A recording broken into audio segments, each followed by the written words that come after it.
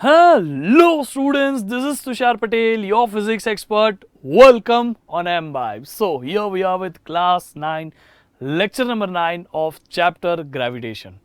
Already हम बहुत कुछ सीख चुके हैं इस पर्टिकुलर चैप्टर में कि ग्रेविटेशन क्यों हमारे लिए इतना इंपॉर्टेंट है। फिर हमने ये भी जाना न्यूटन्स लॉ ऑफ ग्रेविटेशन क्या होता है, उसमें कौन सा फॉर्मूला लगता है, किस तरह से कैपिटल जी आया, फिर किस तरह से स्मॉल जी हमने बनाया, स्मॉल जी क्या है और उसकी वजह से मास और वेट में फर्क क्या है, वेट क्यों हर प्लैनेट पे अलग अलग होता है, इवन अर्थ पे ही क्यों अलग अलग जगह पे अलग अलग होता है।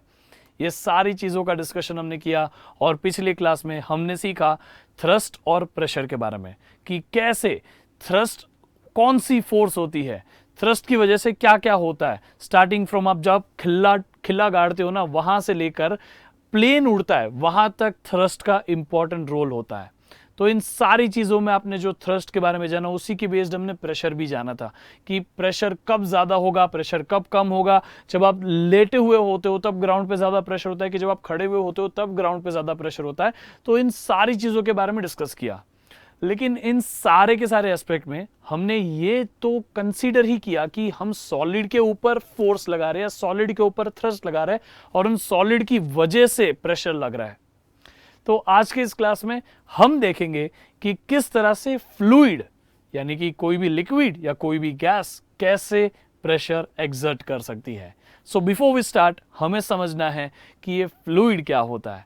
So welcome in today's class. मैं हूं Tushar Patel, your physics expert. It's been more than 7 years I am teaching physics and now my job here is to make you guys fall in love with the subject.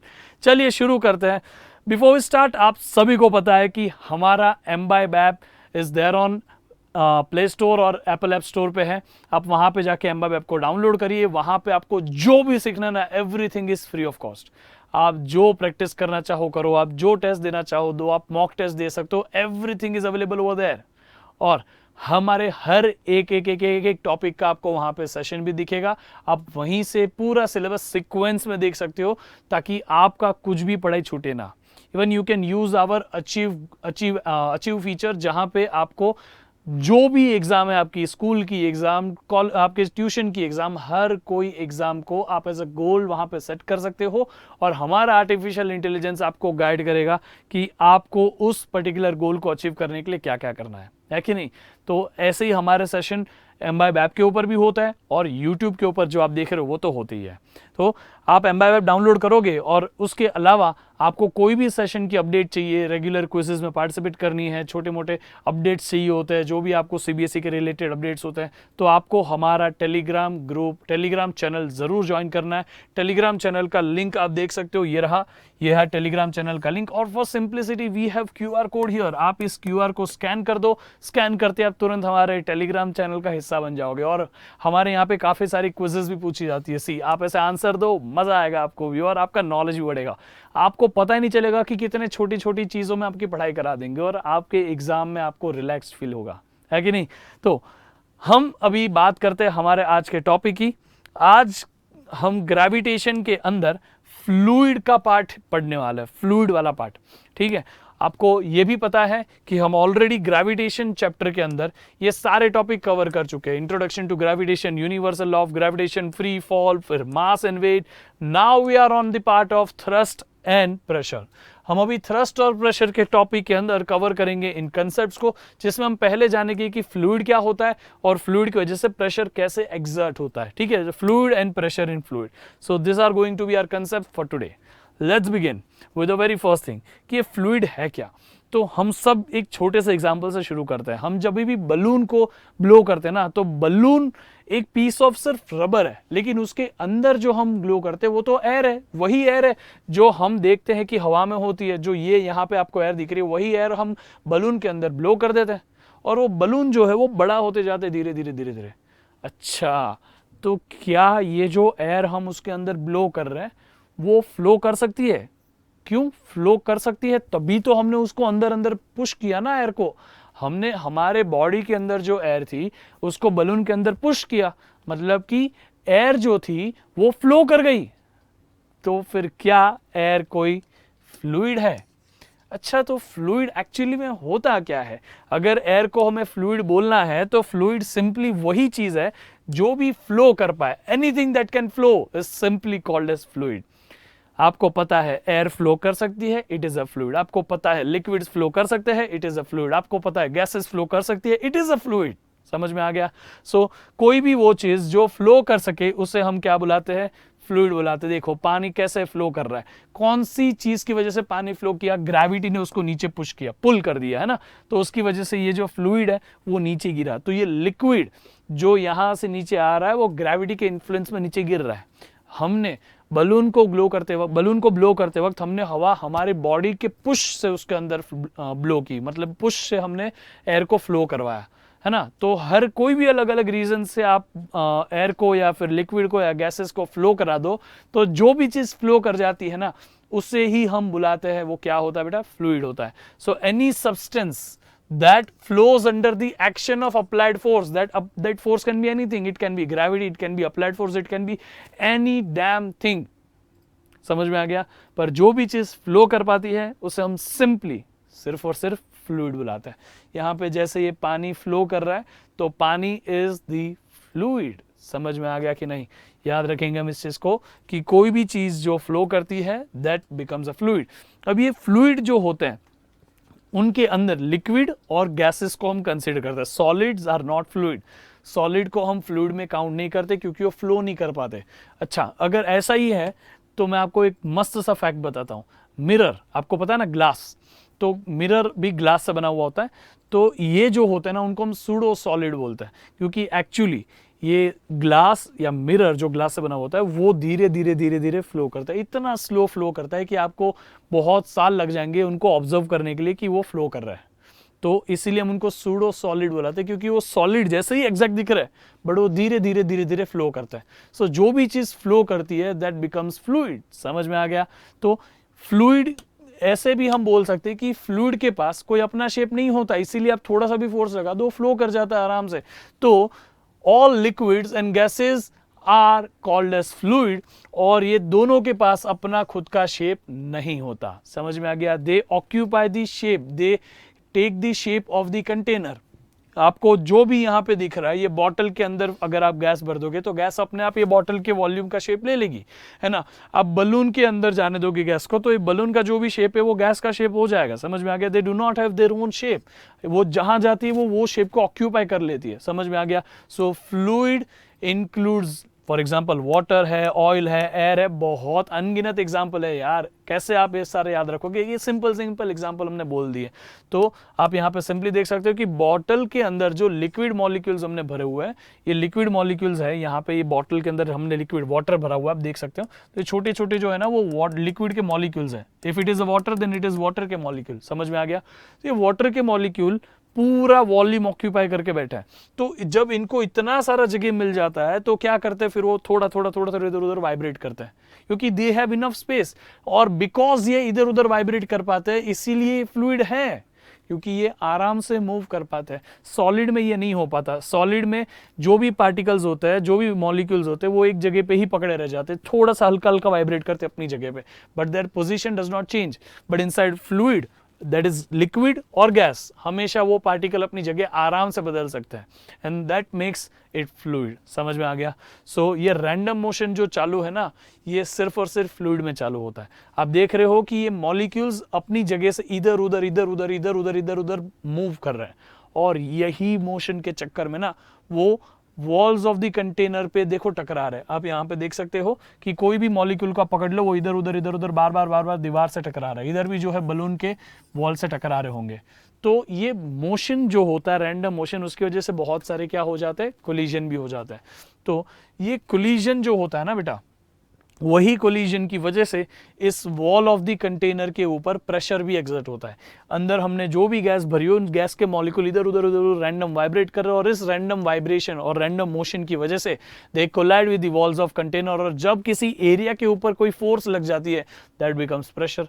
So this gas molecule applies pressure on the surface area और on the container. समझ में आ गया? तो याद रखेंगे हम कि force exerted by the gas molecule per unit area on the container is the pressure exerted by the gas. अभी तो हम ये कैलकुलेट भी नहीं करते कि ये गैस जो है ना कितना प्रेशर एक्सर्ट करती है वॉल्स ऑफ द कंटेनर के ऊपर, बट जब आप 11th-12th में जाते हो वहां पे आप काइनेटिक थ्योरी ऑफ गैसेस में लिटरली कैलकुलेट करते हो कि ये गैस जो यहाँ पे वाइब्रेट कर रही है ना वो कौन से टेम्परेचर पे कितना प्रेशर एक्सर्ट कर रही है, कितनी डेंसिटी वाली गैस है, कौन सी गैस है, बेस्ड ऑन इट आप कैलकुलेट कर पाते हो कि कितना प्रेशर एक्सर्ट करती होगी वॉल्स ऑफ द कंटेनर में। समझ में आ गया? तो ये बहुत इंपॉर्टेंट कंसेप्ट भी हो जाता है आपके लिए आगे। तो याद रखिएगा कि वाइब्रेटिंग मॉलिक्यूल और random moving molecules actually exert pressure on the walls of the container, और यही वॉल्स ऑफ द कंटेनर के ऊपर प्रेशर एक्सर्ट करने के वक्त ही वो बलून को आपने ब्लो कर दिया था। समझ में आ गया? सो उसी वजह से आपके जो बलून थे वो ब्लो हुए थे, क्योंकि जब आप एयर को अंदर फ्लो करा रहे हो तो वहां पे छोटे छोटे जो मॉलिक्यूल्स है वो वाइब्रेट कर रहे हैं, वो एक जगह से दूसरी जगह क्या कर रहे हैं, रैंडम मोशन कर रही है। यही रैंडम मोशन की वजह से ये बलून के जो दीवारें है, बलून का जो सरफेस उसके ऊपर वो फोर्स लग रही है, और वो प्रेशर की वजह से ही वो बलून क्या कर रहा है, ब्लो कर रहा है। समझ में आ गया? लेकिन ये ज्यादा हो जाएगा ना तो बलून अपने आप क्या हो जाएगा, फट जाएगा, तो बलून बर्स्ट हो जाएगा जब ये प्रेशर ज्यादा हो जाएगा। देखो अंदर जो है वो छोटे छोटे गैस पार्टिकल्स हैं, गैस मॉलिक्यूल्स हैं, वो जैसे ही ये प्रेशर ज्यादा लगाना चालू करेंगे बलून का सरफेस भी उसको सह नहीं पाएगा, वो रबर जो जिससे बना है उसकी लिमिट खत्म हो गई, तो वो क्या हो जाएगा, फड़ांग, बस्ट हो जाएगा। समझ में आ गया? सो हमें याद रखना है कि कोई भी जो फ्लूइड होता है वो क्या एक्सर्ट करता है बेटा, प्रेशर एक्सर्ट करता है। कहाँ पे? वॉल्स ऑफ द कंटेनर पे। ये प्रेशर को कम से कम या रिक्वायर्ड लिमिट में मेंटेन करना भी हमारा ही काम होता है, क्योंकि वो एक लिमिट से ज्यादा हो गया तो अपने आप चीज़ें खराब हो सकती है, सिलेंडर्स फट जाते हैं, लोहे के बने हुए सिलेंडर जो होते हैं आपके घर में, गैस सिलेंडर जो होते हैं फट सकते हैं, लिटरली फट जाते हैं। आप टायर जो होते हैं कार के टायर, उसमें भी तो एयर होती है, वो भी फट जाती है जब गर्मी होती है, और आपने उस टायर को अगर पूरा भर दिया ना तो वो टायर भी फट जाएगा उधर ही। क्यों? क्योंकि वहां पे अंदर जो गैस है ना वो गैस ने इतना ज्यादा प्रेशर एक्सर्ट कर दिया है कि वो टायर ही वहां पे फट जाएगा। समझ में आ गया? So based on whatever we have learned, आपको इस पर्टिकुलर क्विज का जवाब देना है। बताइए मुझे, ये है वाटर और ये है गैस, इन दोनों में से कौन ज्यादा कंप्रेसिबल है? Which will get more compressed, water या गैस? आपको जिसको ज्यादा कंप्रेस करना हो, समझ लो कौन ज्यादा जगह रोक रहा है, कौन ज्यादा जगह रोक के बैठा है, मुझे बताइए। गैस ना, तो गैस ही ऑब्वियसली, ये ज्यादा जगह रोक के बैठा है तो ये ज्यादा अंदर तक दबा सकते हैं इसको। तो let's submit it, check it out. वो it is correct answer, it is correct answer. Okay, let's go ahead now. तो समझ में आया कि नहीं कि जो भी हम चीज को देखें अगर वो फ्लो कर सकती है under the action of any force, it is called as fluid. Gas भी फ्लूइड है, लिक्विड्स भी फ्लूइड है, एयर भी फ्लूइड है, वाटर भी फ्लूइड है, everything that can flow is simply fluid. क्योंकि ये फ्लो कर सकते हैं, इनके पास खुद का वॉल्यूम नहीं होता, ये जो होते हैं वो शेप और वॉल्यूम इनका खुद का नहीं होता, वो ऑक्यूपाई कर लेते हैं पूरे के पूरे कंटेनर का शेप और कंटेनर का volume. They acquire the shape of container. जो भी कंटेनर है अगर वो छोटा है तो उतनी जगह में रह जाएंगे, अगर वो बड़ा है तो उससे ज्यादा जगह में आराम से रह जाएंगे, उनको कोई प्रॉब्लम नहीं है ज्यादा और कम जगह में। समझ में आ गया? पर जब ये मॉलिक्यूल के पास इतनी स्पेस होती है तो अपनी ही जगह पे वो रैंडम मोशन करते रहते हैं, और इस रैंडम मोशन के चक्कर में वो एक दूसरे को तो टकरा ही लेते हैं लेकिन वॉल्स ऑफ द कंटेनर के ऊपर भी कोलिजन करते रहते हैं, और इसी कोलिजन के वक्त में जो वॉल्स ऑफ द कंटेनर है वहां पे फोर्स एक्सर्ट होती है, और यही फोर्स उस एरिया पे एक्सर्ट होने की वजह से उस वॉल्स ऑफ द कंटेनर पे प्रेशर एक्सर्ट हो जाता है, and if this pressure increases तो टायर फट सकता है, बलून बस्ट हो सकता है। आप देखो तो लोहे की गैस के सिलेंडर तक फट सकता है, गैस की पाइपलाइंस फट सकती है। Everything can happen if pressure because of fluid if increases. समझ में आ गया?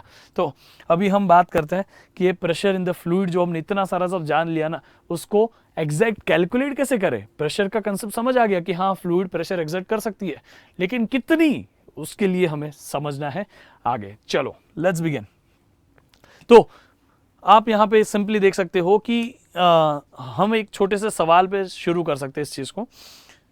जब डीप वाटर में हम जाते हैं, है ना, तो स्कूबा डाइवर्स होता है, जो भी डीप सी डाइवर्स होते हैं, तो ये सब थोड़ा अंदर जाते हैं, पानी की और डेप्थ में जाते हैं, है ना। तो जितना ये डेप्थ में जाते हैं तब वो ऐसे ही नॉर्मल कपड़ों में नहीं चले जाते हैं। आपने कभी नहीं देखा होगा कि वो नॉर्मल कपड़ों में अंदर चले गए, वो एक खास तरीके का सूट पहनते हैं। स्विमिंग जब आप सरफेस पे करते हो, स्विमिंग पूल में करते हो, तो कुछ जरूरत नहीं है है ना। लेकिन जब आप अंदर जाते हो पानी के सरफेस के साइड में डीप सी डाइव करने के लिए जाते हो, तब आपको एक स्पेशल सूट की जरूरत पड़ती है। ये सूट की जरूरत क्यों पड़ती है, चलिए इस चीज को समझने के लिए पहले हम समझे कि ये प्रेशर लिक्विड कितना एग्जर्ट कर पाता है। तो हमने एक बड़े से समंदर का एक छोटा सा एक कॉलम ले लिया, समझ में आ गया। ये है सरफेस ऑफ दैट सी और ये है बॉटम ऑफ दैट सी। तो हमने उसमें से इतना कॉलम ले लिया जिसमें यहां पे एरिया ए और ये पूरे में एरिया ए ही रखा, ठीक है। Now let's calculate pressure exerted by this liquid column. तो अगर मैं आपको बोलूं कि ये हमारा ग्राउंड है, तो ये ग्राउंड के ऊपर कितना लिक्विड का कॉलम है ना, वही लिक्विड का कॉलम जो भी पूरा का पूरा अपना वेट होगा, वजन होगा, वेट, वही एग्जर्ट करेगा सरफेस पे। तो इस सरफेस एरिया पे क्या फोर्स एग्जर्ट हो रही है, that is the weight of this liquid column. समझ में आ गया। तो हम भी एटमॉस्फेरिक प्रेशर जो झेलते हैं ना, वो एक्चुअली में क्या है, हमारे सर के ऊपर एकदम ऑलमोस्ट कुछ 100 किलोमीटर के आसपास तक, बहुत ज्यादा भी हो सकता है, मतलब उससे थोड़ा सा ज्यादा आगे पीछे हो सकता है, बट वहां तक एटमॉस्फेयर है।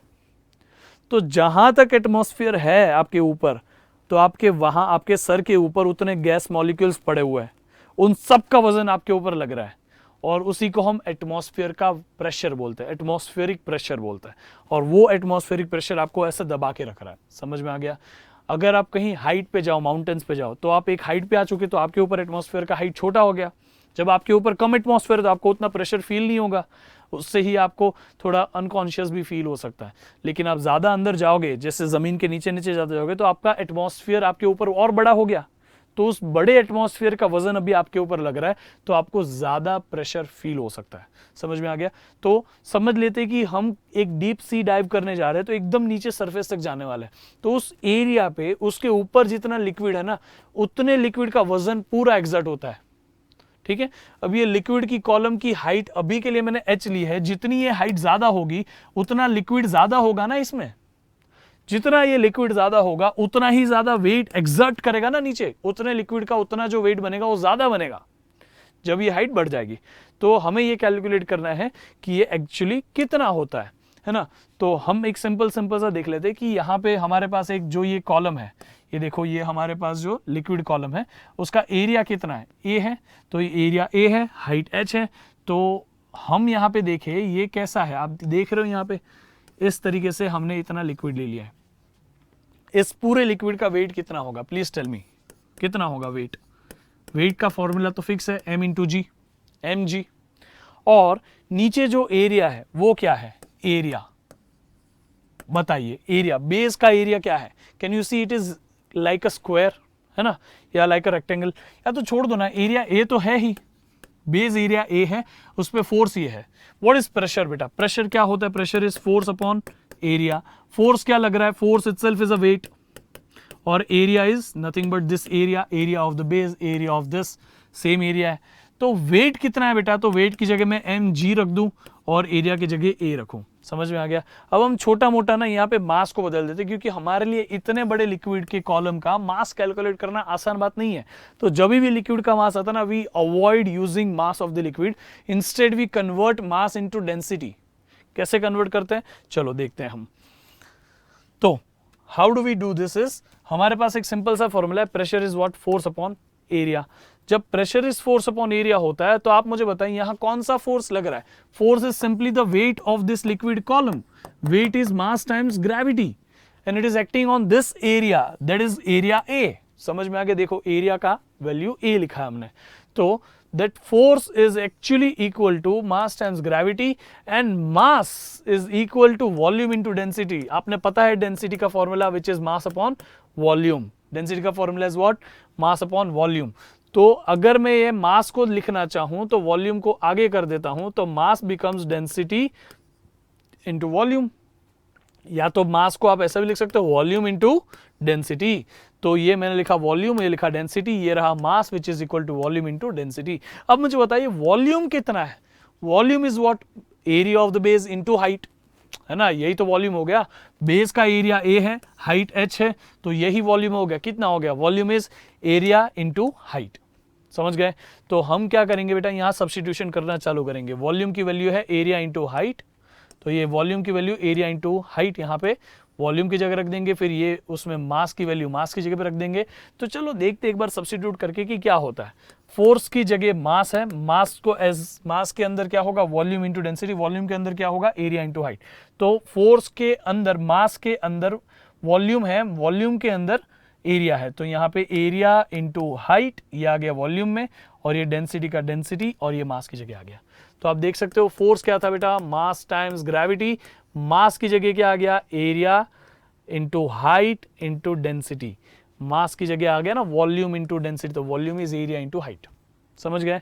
तो for sake of simplicity we can write it again, mass times gravity, mass is what, density into, yes density into volume, तो ये हो गया डेंसिटी इंटू वॉल्यूम, और ये ग्रेविटी का ग्रेविटी। मुझे पता है डेंसिटी का डेंसिटी रहेगा, वॉल्यूम की जगह क्या लिखेंगे हम, वॉल्यूम की जगह आएगा area into height, so area into height into gravity, this is your force. समझ में आ गया कि नहीं? Force is rho A H G या ए एच रो जी, समझ में आ गया?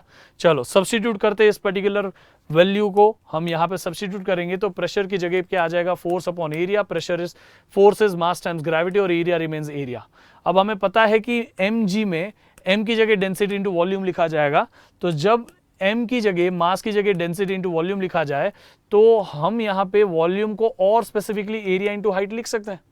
तो density remains density, gravity remains gravity, A remains A, volume is return as area into height.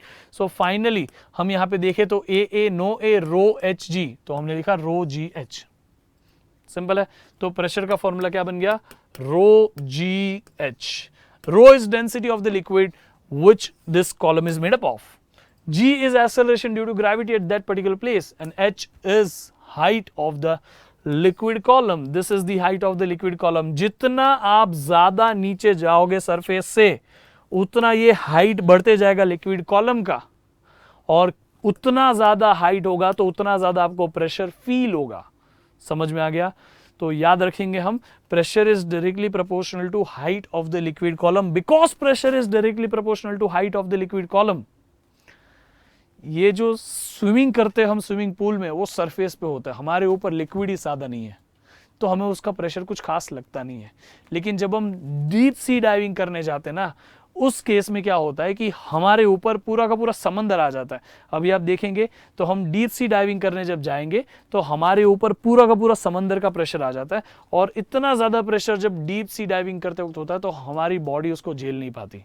For that reason we required swim suit. हमें क्या लग जाता है बेटा, स्विमिंग सूट लग जाता है। तो उसकी वजह से वो स्पेशल काइंड ऑफ सूट है जो हमें प्रेशर से बचाता है, हमें एक शेप में मेंटेन करके रखता है। क्योंकि अगर हमारी बॉडी के ऊपर इतना ज़्यादा प्रेशर आ गया ना, हम सिकुड़ जाएंगे, हम वहीं अनकॉन्शियस हो जाएंगे पहले तो क्योंकि ऐसा ना हो इसलिए हम एक स्पेशल टाइप का स्विम सूट पहन के जाते हैं।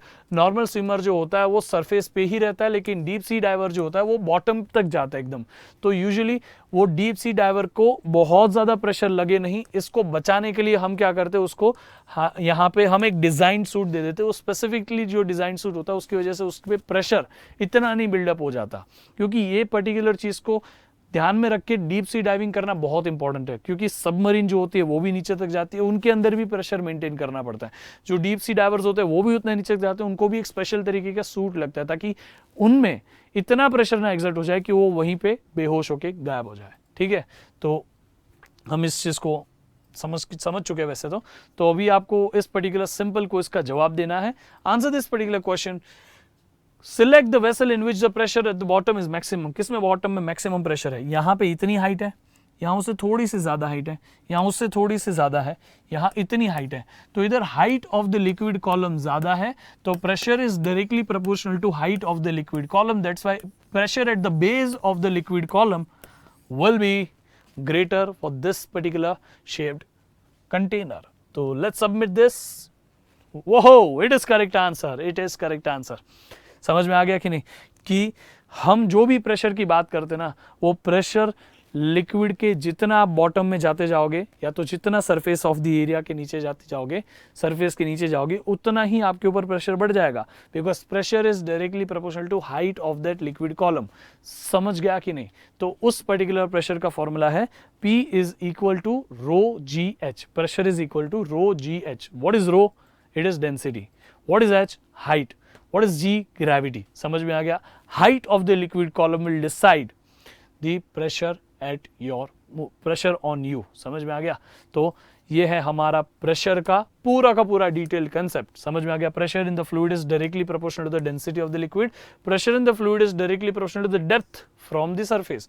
हम height of the liquid column जिसको बोलते हैं ना, उसी को आप डेप्थ भी तो बोल सकते हो। समंदर के सरफेस से, ये सरफेस से लेकर नीचे अगर हम यहाँ पे कैलकुलेट कर रहे हैं प्रेशर, तो यहां तक आप ऊपर से देखोगे तो इसको डेप्थ बोलेंगे, यहां से देखोगे तो इसको height of the liquid column भी बोल सकते हैं। समझ में आ गया? So it is as easy as that. I hope you got this is easy ना। तो जब ऐसा हम पे प्रेशर लग सकता है और हर चीज का कुछ ना कुछ वजन होता है ना। जैसे कि आप मुझे बताओ, यहाँ पे जो मैंने ये शेप रखी है कितनी बड़ी है, कितनी हैवी है? इसका वजन ऑब्वियसली पानी से थोड़ा सा तो ज्यादा होगा कि नहीं? पानी जो सरफेस पे उससे तो ज्यादा होगा ही, है ना। तो इतनी हैवी चीज फिर भी पानी पे कैसे फ्लोट कर रही है ना? सवाल तो उठता है कि नहीं? इतनी बड़ी चीज how they are able to float on water? क्योंकि ये वैसे कुछ मेटल से बनाई हुई होगी, एल्यूमिनियम हो, कोई भी मेटल हो, ये जो भी चीज बनी है वो बहुत बड़ी है, बहुत हैवी है, फिर भी वो डूबती क्यों नहीं है ना। तो हमें इस पर्टिकुलर चीज का जवाब जानने के लिए अगले क्लास तक वेट करना है। आई होप कि आपको ये पूरा का पूरा प्रेशर इन द फ्लूइड का कंसेप्ट समझ गया। अगर आपको ये सब हमारा कंसेप्ट समझा है तो अभी के अभी एम्बाइब ऐप डाउनलोड करिए, वहां पे जाके देखिए। आपको सिर्फ गूगल प्ले स्टोर में जाना है, वहां पे जाके ऐप डाउनलोड करना है। This is one of the best app available for education. हमारा ऐप आपको बहुत गाइड करता है। This is only one app which you require. Okay, ये एक ऐप आपकी सारी रिक्वायरमेंट पूरी कर देगा, क्योंकि यहाँ पे आपको हर एक टॉपिक पे एक्सप्लेनर वीडियो भी मिलेंगे। आपको हर एक टॉपिक के आपको प्रैक्टिस करने के लिए टेस्ट दे सकते हो, आप खुद प्रैक्टिस कर सकते हो वहाँ पे आपके टॉपिक्स के हिसाब से। समझ गया? अभी मैंने आपको आज प्रेशर और ये कराया, तो आप अभी जाइए वहाँ पे जाके चैप्टर सिलेक्ट करिए क्लास 10 के अंदर, ये फिजिक्स के अंदर, फिर ये चैप्टर सिलेक्ट करिए, उस चैप्टर के अंदर जाके फिर आप सिलेक्ट करिए कि मुझे प्रेशर के ऊपर टेस्ट देना है, और चेक करिए कि आपने मुझसे कितना सीखा। और आपका जो भी स्कोर आता है वो मुझे इस वीडियो के कमेंट बॉक्स में कमेंट करके बताइए, ठीक है। और इसी तरह आपकी अगर कोई भी स्कूल की या तो ट्यूशन की टेस्ट हो तो आप उसको एज अ गोल सेट कर सकते हो अचीव फीचर के ऊपर जाके, और वहाँ पे जाके आपको ये पता चलेगा कि ये जो अचीव फीचर है ना आपके लिए, वो सबसे बेस्ट फीचर है। वो आपको गाइड करता है कि आपको परसों एग्जाम है ना, चलो अभी ये पढ़ो, फिर ये पढ़ो, फिर ये पढ़ो, फिर वो पढ़ो, अच्छा ये नहीं है आपको तो ये पढ़ लो। हर एक चीज आपको गाइड करता है। You don't need any other help. समझ में आ गया? हमारा आर्टिफिशियल इंटेलिजेंस, हमारे ऐप के ऊपर जो आर्टिफिशियल इंटेलिजेंस एम्बेड किया गया ना, वही आपके लिए हर एक काम कर देता है। तो आपका एक मेंटर हमेशा आपके साथ में, आपके जेब में रहता है। समझ गया? तो अभी एम्बाइब ऐप डाउनलोड करो, link is in pin comment, आपको डिस्क्रिप्शन बॉक्स में भी लिंक मिल जाएगी। और हमारी सारे के सारे क्लासेस के लिए, रेगुलर क्विजेस में पार्टिसिपेट करने के लिए और हर एक सीबीएसई रिलेटेड अपडेट्स के लिए हमारे टेलीग्राम चैनल को ज्वाइन कर लो। आप हमारे टेलीग्राम का हिस्सा बन जाइए। वहाँ पे सीबीएसई, ये आपको लिंक है t.me एम्बाइब CBSE K10, है ना, ये आपके लिए लिंक है। अगर सीधा सीधा ये आप स्कैन कर दो ना QR कोड, या तो फिर उससे भी simple, link is given in description box, click करो, हमारी चैनल के ऊपर आ जाओ, वहां पे आपको हर एक अपडेट मिल जाएगी, है ना। We are always there for you. I hope कि आपको अच्छा लगा ये क्लास। अपने सारे फ्रेंड्स के साथ शेयर करो, invite them to learn with you, invite them to go ahead with you, ठीक है। Till then keep imbibing.